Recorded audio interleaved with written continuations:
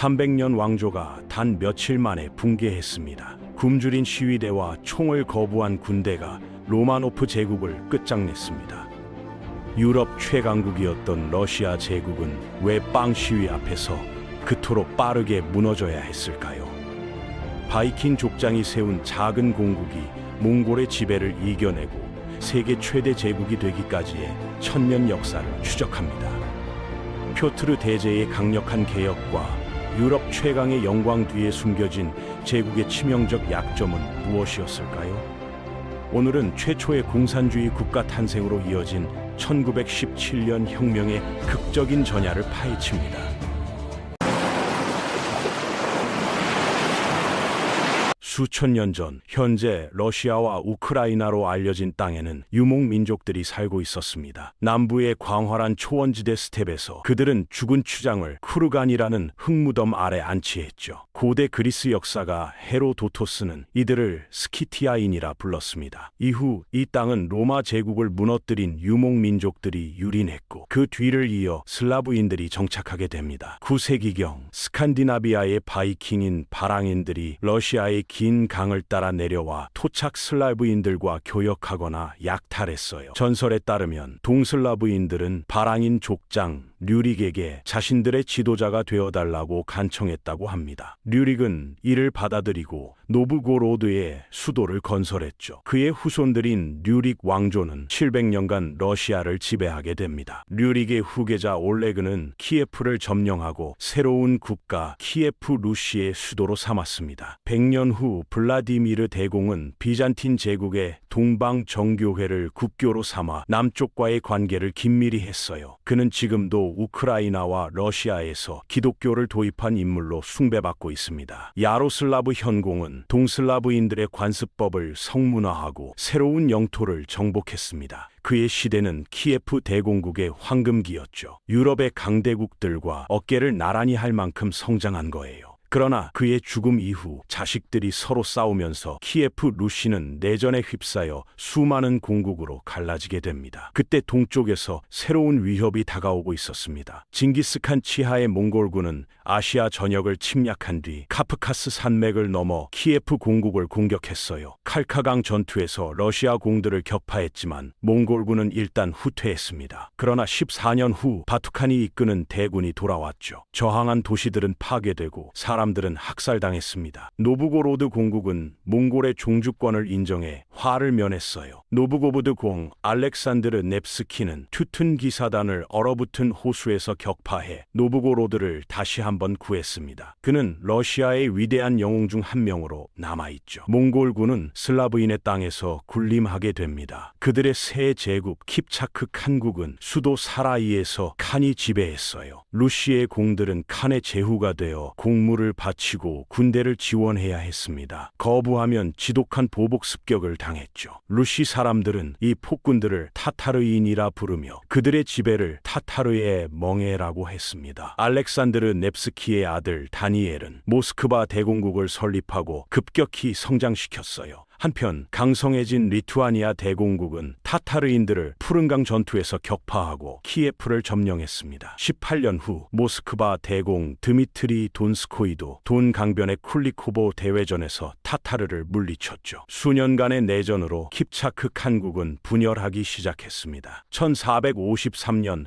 비잔틴 제국의 마지막 보루 콘스탄티노플이 오스만 제국에 함락됐어요. 일부는 동방 정교회가 정착한 모스크바를 제3의 로마라고 주장했습니다. 로마와 콘스탄티노플이 모두 무너졌기 때문이죠. 모스크바 대공국의 대공들은 노브고로드를 합병하는 등 세력을 넓혀갔습니다. 첫 러시아 국가의 틀을 잡아가고 있던 거예요. 이반 3세는 우그라강에서 타타르군을 격퇴했습니다. 러시아는 드디어 타타르의 멍에에서 해방됐죠. 바실리 3세 치하에서 모스크바 대공국은 계속 확장했고 그의 아들 이반 4세는 러시아 최초의 차르로 즉위합니다. 이반 4세는 역사의 뇌제로 기억될 인물이죠. 그는 카잔과 아스트라한의 타타르 지역을 정복했지만 리보니아 전쟁에선 스웨덴과 폴란드, 리투아니아 연방에게 패배했습니다. 그의 개혁은 공포의 치세와 대학살로 이어졌는데 이는 그의 난폭한 편집증에서 비롯된 거예요. 크림 칸국의 침략자들이 모스크바를 불태우기도 했지만 이듬해 러시아군은 몰로디에서 타타르를 격퇴했습니다. 카자크인들은 러시아, 폴란드, 타타르 사이에 광활한 스텝에 거주하던 기마 민족이었어요. 자치 공동체를 이루고 종종 용병으로 활동했죠. 카자크 탐험가 예르마크 티모페예비치는 시베리아 개척에 앞장서 타타르를 격파하고 원주민들을 굴복시켰습니다. 이반 4세는 분노에 휩싸여 자신의 아들을 왕실에 홀로 내려쳐 죽였습니다. 그의 뒤를 이은 표도르 1세는 후세를 남기지 못했고 류릭 왕조는 그와 함께 막을 내렸어요. 이반 4세의 조언자였던 보리스 고두노프가 차르로 즉위했지만 그가 갑자기 사망하자 그의 미망인과 어린 아들은 잔인하게 살해됐습니다. 러시아는 동란의 시대에 휩싸였습니다. 반란군과 외국 군대가 영토를 유린했고 역병과 굶주림으로 인구가 급감했죠. 폴란드군이 모스크바를, 스웨덴군이 노브고로드를 점령했습니다. 러시아는 멸망 직전이었어요. 1612년 포자르스키 공작과 상인 쿠즈마 미인인이 러시아 민병대를 이끌고 모스크바로 향해 폴란드 주둔군을 몰아냈습니다. 러시아 전국회의 젬스키 사보르는 16세의 귀족 미하일 로마노프를 차르로 선출했어요. 그의 왕조는 이후 300년간 러시아를 지배하게 됩니다. 미하일 1세는 주변국의 영토를 양보하는 대신 평화를 얻어 내정에 집중했습니다. 그의 아들 알렉세이 1세는 농노제를 제정했어요. 러시아 인구의 80%에 해당하는 농민들을 사실상 노예로 만드는 제도였죠. 그들의 신분은 상속되었고 이동의 자유가 제한되었습니다. 러시아 농촌의 삶을 200년간 억압할 제도가 확립된 거예요. 폴란드, 리투아니아 연방과 대립하던 우크라이나 카자크인들은 알렉세이 1세의 지배를 인정하는 대신 군사 지원을 약속받았습니다. 결과적으로 13년 전쟁이 벌어졌고 러시아는 승리해 스몰렌스크를 되찾고 우크라이나 동부를 차지했죠. 표도르 3세는 높은 교육을 받았지만 병약했어요. 그는 공직 임명 시 귀족 가문의 서열을 중시하던 메스트니체스트보를 폐지하고 이를 상징하던 고서를 불태웠습니다. 그러나 19세에 세상을 떠났고 그의 누나 소피아가 이반 5세와 표트르 1세를 대신해 섭정 통치를 하게 됩니다. 표트르 1세는 17세의 이복 누나 소피아에게서 권력을 장악했어요. 그는 해외로 여행한 첫 러시아 군주로 대사절단을 이끌고 유럽 전역을 누비며 최신 과학기술과 조선술을 배웠습니다. 데티르크 전쟁이 끝난 후 러시아는 오스만의 동맹 크림 칸국으로부터 아조프를 획득해 흑해로의 진출로를 열었죠. 표트르 1세는 수많은 개혁을 통해 러시아를 근대적인 유럽 국가로 바꾸려 했습니다. 귀족들에게 유럽인처럼 옷을 입고 행동하게 했고 수염을 면도하지 않으면 수염세를 부과했어요. 러시아 해군을 창설하고 군대와 정부를 개혁했으며 산업 발전과 무역, 교육을 장려했습니다. 대북방 전쟁에서 러시아는 폴란드, 리투아니아, 덴마크와 연합해 발트해의 강대국 스웨덴에 도전했어요. 초기엔 나르바 전투에서 스웨덴의 찰스 12세에게 처절하게 패배했지만 두 번째 나르바 전투에서 승리하고 폴타바 전투에서 찰스 12세의 군대를 격파했습니다. 표트르 1세는 발트해 연안에 새 수도 상트페테르부르크를 건설했어요. 해안의 늪지대에 거대한 도시를 세우는 건 대단한 업적이었지만 그 대가는 수많은 농노의 목숨이었죠. 대북방 전쟁은 리스타드 조약으로 끝났고 러시아는 발트해의 패권국이 됐습니다. 표트르는 사망 4년 전 자신을 표트르 대제, 조국의 아버지이자 전 러시아의 황제라 천명했습니다. 표트르 대제의 후계는 그의 아내 예카테리나, 그 다음 14세에 천연두로 사망한 표트르 2세였어요. 안나 이바노브나 황제는 퇴폐적인 삶으로 유명했죠. 안나의 치세하, 러시아에 고용된 덴마크 탐험가 비투스 베링은 알래스카 해안을 기록하기 위해 첫 러시아 선발대를 이끌고 떠났습니다. 그는 알류샤 열도를 발견하고 러시아와 미국을 나누는 바다에 자신의 이름을 붙였어요. 안나의 사후 이반 6세가 즉위했지만 표트르 대제의 딸 엘리자베타에게 쫓겨났습니다. 이반 6세는 평생 포로 생활을 하다 지지 세력의 구출 시도가 실패하자 간수들에게 살해당했죠. 엘리자베타는 허영과 사치, 수많은 연인으로 악명 높았지만 과단성 있는 군주였어요. 프리드리히 2세의 프로이센에 맞서 프랑스, 오스트리아와 동맹을 맺고 7년 전쟁을 치렀습니다. 표트르 3세는 덴마크에서 자라 러시아어를 하지 못했고 프리드리히 대왕의 열렬한 숭배자였어요. 그는 7년 전쟁에서 프로이센 편을 들어 프리드리히를 확실한 패배에서 구해냈죠. 이런 행위에 수많은 장교가 불만을 표출했고 그의 독일인 아내 예카테리나 2세도 그를 경멸했습니다. 예카테리나와 장교들은 표트르 3세를 몰아냈고 일주일 후 그는 의혹스러운 정황에서 죽음을 맞았어요. 예카테리나 2세는 황제에 즉위했습니다. 그녀의 치세는 러시아의 가장 영광스러운 시대로 남게 될 거예요. 예카테리나 2세는 프랑스 계몽주의에 감명받아 볼테르와 연락을 주고받았습니다. 그녀는 계몽군주로 군림했죠. 권력은 무한했지만 그녀가 추구한 이상은 합리적이고 관용적이며 진보적이었어요. 예카테리나 2세는 예술과 교육의 후원자가 됐습니다. 수많은 학교와 대학이 건설됐고 볼쇼이 극장과 황림예술 아카데미를 설립했어요. 그녀가 수집한 막대한 예술품은 에르미타주 박물관의 근간을 이룹니다. 그녀는 유럽인들이 러시아로 이주하도록 장려했고 독일인 이주민들이 볼가 지역에 정착하도록 지원했죠. 예카테리나 2세 치하에서 러시아의 영토는 크게 확장됐습니다. 남쪽에선 오스만 제국에 승리해 아조프와 케르치 같은 새로운 땅을 정복했어요. 그때 카자크인 예멜리안 푸가초프가 농민들을 이끌고 반란을 일으켰습니다. 농민 반란군은 수많은 요새와 마을, 심지어 카잔시까지 점령했지만 결국 러시아군에 진압됐죠. 그 후 예카테리나 2세는 자포로제의 카자크인과 크림 칸국을 강제로 러시아 제국에 합병시켰습니다. 남부의 세 지역을 노보러시아, 신러시아라고 명명했어요. 그녀의 정부이자 조언가 포템킨 공작의 지도하에 인구가 희박하던 노보러시아는 개척됐습니다. 전쟁에 지친 폴란드, 리투아니아 연방은 수차례 분할됐고 그중 러시아가 많은 부분을 차지했어요. 폴란드는 1918년에서야 독립국가로 재탄생했죠. 러시아는 폴란드로부터 수많은 유대인 인구를 이어받았는데 예카테리나 2세는 이들이 집단 거주역에서만 살도록 공표했습니다. 프랑스 혁명은 루이 16세의 처형으로 이어졌습니다. 공포에 질린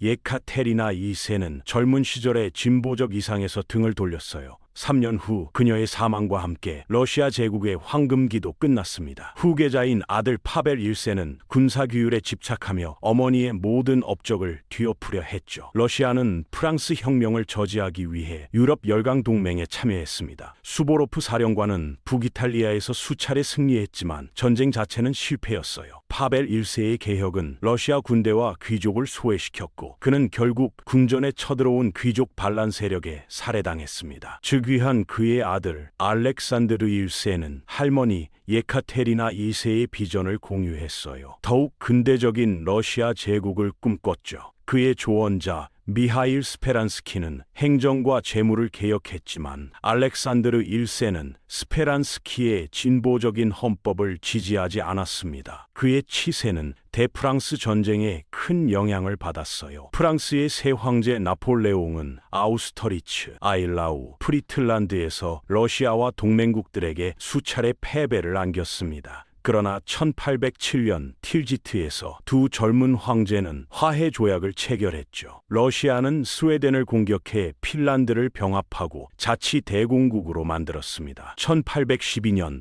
나폴레옹은 러시아를 침략했어요. 프랑스군과 러시아군은 보로디노에서 격돌했는데 역사상 유례 없이 처절한 전투였습니다. 나폴레옹은 승리했지만 러시아군은 여전히 건재했죠. 나폴레옹은 모스크바를 점령했으나 도시는 대화제로 파괴됐습니다. 알렉산드르 1세가 협상을 거부하자 프랑스군은 혹독한 러시아의 겨울을 뚫고 후퇴했고 결국 괴멸됐어요. 러시아, 프로이센, 오스트리아, 영국은 반격해 파리를 점령하고 나폴레옹을 퇴위시켰습니다. 빈 회의에서 알렉산드르 1세는 폴란드를 양도받아 폴란드의 왕을 겸임하게 됐죠. 그는 오스트리아, 프로이센과 함께 신성 동맹을 제창하며 유럽의 혁명을 방지하기로 결의했습니다. 그 와중에 러시아는 발칸반도와 카프카스에서 오스만 제국, 페르시아 원주민들과 간헐적인 전투를 벌이고 있었어요. 전선은 베사라비아, 시르카시아, 체첸과 현 그루지아, 다게스탄, 아제르바이잔, 아르메니아까지 남쪽으로 밀려났습니다. 카프카스의 원주민들은 러시아의 압력에 굴복하지 않아 러시아의 지배 시도는 50년간 이어진 피비린내 나는 카프카스 전쟁으로 이어졌죠. 알렉산드르 1세의 후계자는 보수적이고 반동적인 그의 형제 니콜라이 1세였습니다. 그러나 러시아 사회 일부는 유럽의 진보주의를 갈망했어요. 대프랑스 조국 전쟁에 참여해 자유주의를 맛본 청년 장교들도 있었죠. 그들은 보수적인 황제에 반대해 군사 봉기를 일으켰습니다. 1825년 데카브리스트의 난은 충성주의자들에게 진압됐고 지도자들은 교수형에 처해졌습니다. 잔당들은 시베리아로 유배당했죠. 이는 러시아 제국의 범죄자와 정치범에게 내려지는 흔한 처벌이 됐어요. 니콜라이 1세의 공식 정책은 정교회, 독재군주, 국가주의였습니다. 유럽의 자유주의를 배척하는 거였죠. 카프카스에서 페르시아와의 국경 분쟁은 러시아의 승리로 끝났어요. 투르크만차이 조약으로 페르시아는 카프카스 일대를 러시아에 할양하고 막대한 배상금을 지불했습니다. 러시아는 그리스의 독립전쟁을 지지해 오스만 제국과 전쟁을 벌였고 승리해 흑해 연안에 대한 영향력을 더욱 증가시켰죠. 청년 장교들이 주도한 폴란드 혁명은 러시아 군대에 진압됐습니다. 러시아의 대문호 알렉산드르 푸시킨은 결투에서 총상을 입고 이틀 후 사망했어요. 니콜라이 1세는 오스트리아의 지배에 맞선 헝가리 혁명에도 지원군을 보냈습니다. 자유주의 혁명 운동을 적극적으로 진압한 황제는 유럽의 헌병으로 불렸죠. 이 즈음 모스크바와 상트페테르부르크를 연결하는 철도가 개통됐습니다. 러시아 독재 정권을 비판한 주요 사상가 알렉산더 게르체는 런던으로 망명해 조국의 개혁을 촉구했어요. 추후 그는 러시아 사회주의의 아버지로 불리게 됩니다. 오스만 제국은 러시아의 도발에 선전포고로 응수했습니다. 러시아 흑해 함대는 시노프 전투에서 투르크인들을 격파했죠. 러시아의 남부 펨창과 콘스탄티노플 점령을 우려한 영국과 프랑스는 러시아에 전쟁을 선포했어요. 연합군은 크림반도에 상륙해 세바스토폴 해군 기지를 1년간의 포위 끝에 함락시켰습니다. 결국 러시아는 수치스러운 평화 조약을 맺으며 흑해 연안에서 군대를 철수하고 남부 영토 확장을 중단해야 했죠. 니콜라이 1세의 후계자는 그의 아들 알렉산드르 2세였습니다. 크림 전쟁은 러시아의 후진적인 산업, 기반 시설, 군사력의 약점을 노출시켰어요. 따라서 알렉산드르 2세는 여러 개혁을 추진했습니다. 러시아의 후진성을 대표하는 제도는 농노제였죠. 1857년 인구조사에 따르면 러시아 인구의 3분의 1 이상이 농노였고 이들은 지주에 속박되어 착취되는 삶을 되풀이했습니다. 1861년 알렉산드르 2세는 농노제를 폐지했어요. 농민들은 그를 해방제라 칭송했습니다. 그러나 해방된 농노들은 여전히 노역과 빈곤에 예속되어 있었죠. 알렉산드르 2세의 개혁은 계속됐습니다. 제프스트보라는 지방자치기구를 설립해 교육과 사회복지 등의 지역 문제를 해결하도록 했어요. 극동에서 러시아는 쇠퇴한 청나라로부터 영토를 할양받아 러시아의 주요 태평양 항구인 블라디보스톡을 설립했습니다. 폴란드인들과 리투아니아인들이 다시 러 지배에 맞서 봉기했지만 러시아군이 진압했죠. 카프카스에선 오래 지속되던 지역 부족들과의 전쟁이 종결되어 부족장들은 러시아 황제에게 충성의 서약을 맺었습니다. 중앙아시아에선 러시아 제국이 남부로 서서히 확장하고 있었어요. 러시아군은 부하라락 한국과 히박 한국에 승리했고 1880년대에 이르러 당시 투르키스탄의 대부분을 점령했습니다. 현재 이곳은 카자흐스탄, 우즈베키스탄, 키르기스스탄, 타지키스탄, 투르크메니스탄으로 알려져 있죠. 중앙아시아의 패권을 차지하기 위한 러시아 제국과 대영 제국 간의 전략적 경쟁은 그레이트 게임으로 불렸어요. 19세기의 냉전을 총칭하는 개념이죠. 아프가니스탄을 중심으로 양측의 외교관과 스파이들은 현지인들의 지지를 얻고 자신들의 영향력을 넓혀 상대국의 팽창을 견제하려 했습니다. 러시아는 미국의 알래스카를 미화 720러에 매매했어요. 수많은 미국인은 이 거래가 낭비라고 생각했지만 금과 원유가 발견되는 건 오랜 시간 후의 일이었죠. 레프 톨스토이의 역작 전쟁과 평화가 발간됐습니다. 19세기 말은 러시아 문화의 황금기였어요. 위대한 문학가들과 뛰어난 작곡가들의 시대였죠. 발칸 반도에서 오스만 제국의 통치에 반대하던 국가주의 반란을 지지한 러시아는 다시 한번 오스만과 전쟁에 돌입했습니다. 도나우강을 도하한 러시아군은 불가리아인들의 지원을 받아 핵심 위치인 시프카 고개를 확보하기 위해 싸웠어요. 그 후 불가리아의 플레브나를 5개월간 포위했죠. 결국 러시아와 연합군은 승리해 수도 콘스탄티노플을 넘보게 됐습니다. 그러나 베를린 의회에서 러시아는 국제적 압력에 굴복해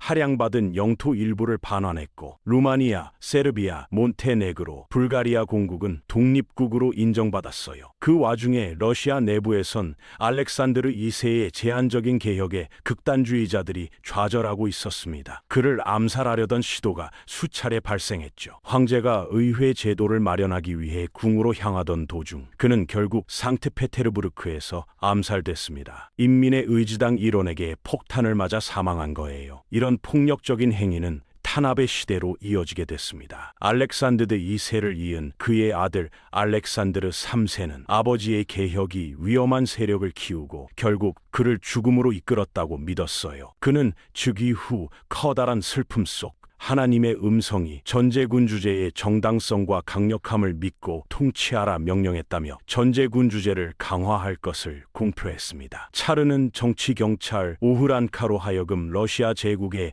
수많은 혁명 세력에 침투하게 했어요. 정부를 상대로 계략을 꾸미던 자들은 발각시 교수형에 처해지거나 시베리아 유배형을 선고받았죠. 알렉산드르 3세는 신앙심이 깊은 사람으로 정교회를 후원하고 국가주의를 굳게 신봉했습니다. 러시아의 유대인들은 그의 정책의 희생양이 됐어요. 그들은 이미 포그롬 반유대주의 학살의 대상이었는데 이는 선왕의 암살에 유대인이 관여했다는 잘못된 소문 때문이었죠. 정부는 2만여 명의 유대인을 모스크바에서 추방했고 목숨을 부지한 자들은 외국으로 떠나기 시작했습니다. 이후 40여 년간 200만 명의 유대인이 러시아를 떠나 대부분 미국으로 향했어요. 독일의 상승세를 우려한 러시아는 프랑스와 연합하며 상호보호 조약을 체결했습니다. 러시아 제국의 재무부 장관에 세르게이 비테가 임명됐어요. 그의 개혁들은 러시아 경제를 근대화하는 데 일조했고 해외 자본의 투자를 촉진했는데 대부분은 새 동맹 프랑스에서 비롯됐죠. 프랑스의 차관은 러시아의 산업과 생산 기반을 발전시키는 데 큰 도움이 됐습니다. 시베리아 철도도 착공했어요. 1916년에 완공된 이 철도는 9,289km로 세계에서 가장 긴 횡단 철도입니다. 모스크바부터 블라디보스토크까지의 거리죠. 알렉산드르 3세의 후계자는 그의 아들 니콜라이 2세였습니다. 그의 대관식엔 1,400명이 압사하는 비극이 일어났어요. 청나라는 러시아가 여순항에 해군 기지를 건설하는 것을 용인했습니다. 의화단 운동이 일어나자 러시아 제국은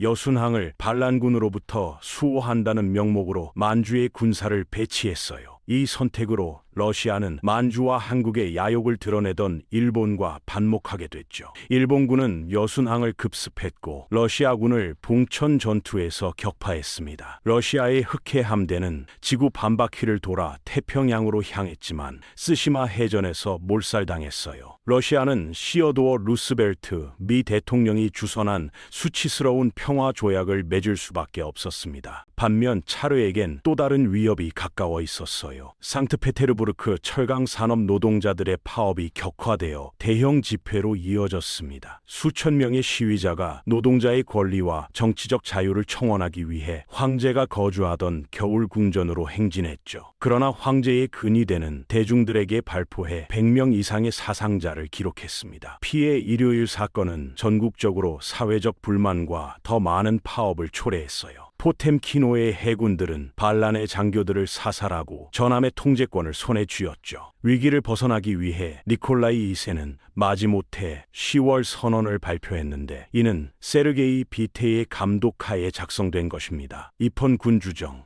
언론의 자유 등 정치적 권한을 약속했고 대부분의 중도파는 이를 환영했어요. 러시아의 첫 헌법은 이듬해 작성됐습니다. 사상 처음으로 차르는 당선된 의회 두마와 권력을 양분하게 된 거예요. 그러나 황제에겐 입법을 반대하고 의회를 해산시킬 권리가 있었습니다. 세르게이 비테는 결국 황제의 신임을 잃고 해임됐죠. 니콜라이 2세의 신임 총리 스톨리피는 토지개혁을 단행해 농민들을 도우면서 한편으로 러시아의 혁명 세력들을 처리했어요. 교수형 올가미를 스톨리핀의 넥타이라고 부를 정도였습니다. 수차례의 암살 시도 끝에 스톨리핀은 결국 키예프 오페라 하우스에서 총에 맞아 사망했죠. 한편 괴슨 그리고리 라스푸틴은 황태자의 혈우병을 호전시켜 황제의 신임을 얻게 됩니다. 비록 테러리즘이 산재했지만 러시아의 경제는 유럽에서 가장 빠르게 성장하고 있었어요. 농업과 산업 생산량은 증가하고 있었습니다. 대부분의 일반적인 러시아인들은 황제와 그의 일가에 충성했죠. 러시아의 미래는 밝아 보였습니다. 1914년 오스트리아 헝가리 제국의 제위 계승자 프란츠 페르디난트가 세르비아 민족주의자에게 암살당했어요. 오스트리아 헝가리가 세르비아에 전쟁을 선언하자 니콜라이 2세는 러시아군을 기동해 동맹 슬라브 국가를 지원하려 했습니다. 오스트리아 헝가리의 동맹국 독일은 러시아의 움직임을 위협으로 간주하고 전쟁을 선포했어요.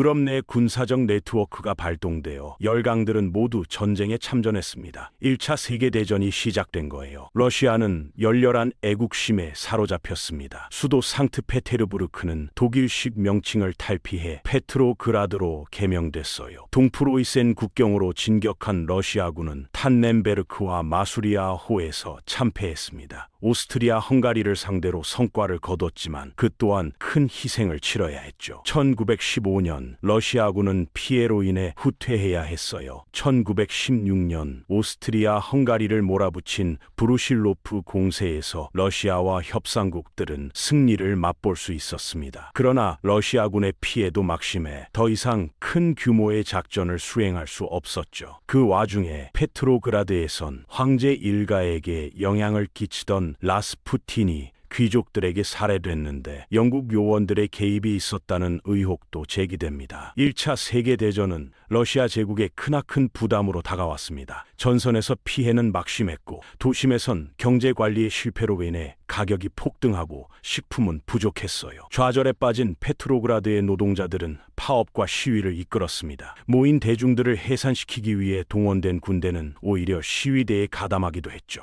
정부는 수도의 통제력을 상실했어요. 프스코프에서 열차를 타고 있던 니콜라이 2세는 원로 정치인들과 장군들로부터 황제가 퇴위하지 않으면 러시아는 혼돈에 빠지고 전쟁에도 패배하게 될 것이라는 말을 들었습니다. 니콜라이 2세는 조언을 받아들여 황건을 그의 동생 미하일 대공에게 양위했지만 그는 거절했어요. 300여 년간 이어진 로마노프 왕가의 지배가 막바지에 다다른 거죠. 러시아 제국은 공화국이 됐습니다. 임시정부가 권력을 잡았지만 러시아의 경제적, 군사적 혼란을 막을 수는 없었어요. 반면 노동자, 군인, 농민들은 소비에트라는 자신들의 의회를 결성했습니다. 페트로그라드의 소비에트 세력은 강력했는데 임시정부에 대한 불만이 증가할수록 그들의 영향력도 늘어났죠. 블라디미르 레닌의 지도 하 볼셰비키는 종전, 토지의 재분배, 소비에트의 권력 장악 등 극단적인 안건들로 지지 세력을 결집했습니다. 10월엔 레온 트로츠키의 주도로 혁명이 일어났어요. 볼셰비키 적군은 임시정부가 소집되던 겨울궁전에 돌격해 구성 요원들을 체포했습니다. 이제 레닌과 볼셰비키가 실권을 장악하게 됐죠. 러시아는 막시스트의 이상에 기반한 정당에 의해 지구 역사상 첫 공산주의 국가를 건설하게 됩니다. 그러나 그 전에 치열하고 끔찍한 내전을 겪어내야 할 것입니다. 류릭이 노브고로드의 수도를 세운 순간부터 레닌이 겨울궁전을 점령한 순간까지 러시아의 역사는 팽창 과 개혁, 탄압과 혁명의 연속이었습니다. 표트르 대제와 예카테리나 2세는 러시아를 유럽의 강대국으로 만들었지만 그들이 세운 제국은 결국 자체의 모순을 견디지 못했어요. 농노제와 전제군주제, 급격한 산업화와 낙후된 정치체제 사이의 간극은 점점 커져만 갔죠. 개인적으로 이 이야기를 보기 전까지만 해도 러시아 혁명이 갑작스러운 사건이라고 생각했지만 천년의 역사를 보니 오히려 필연적인 결과였다는 생각이 들기도 하네요. 몽골의 침략 이후 권위주의적 통치 방식이 뿌리내렸고 서구화를 추구하면서도 농민들의 삶은 중세 수준에 머물러 있었으니까요. 프로트르 대제가 상트페테르부르크를 건설할 때 수만 명의 농노가 목숨을 잃었다는 사실 하나만으로도 이 제국이 얼마나 불균형한 토대 위에 세워졌는지 알 수 있죠. 앞으로 러시아는 더 큰 격변을 맞이하게 되겠죠. 내전이 벌어지고 소비에트 연방이 탄생하며 20세기의 냉전을 거쳐 다시 현대의 러시아로 이어지게 될 겁니다. 그럼 그 이야기는 더 나중에 다시 다뤄볼 수 있을 거예요. 오늘은 류릭 왕조부터 러시아 혁명까지 1000년에 걸친 러시아의 역사에 대한 이야기였습니다.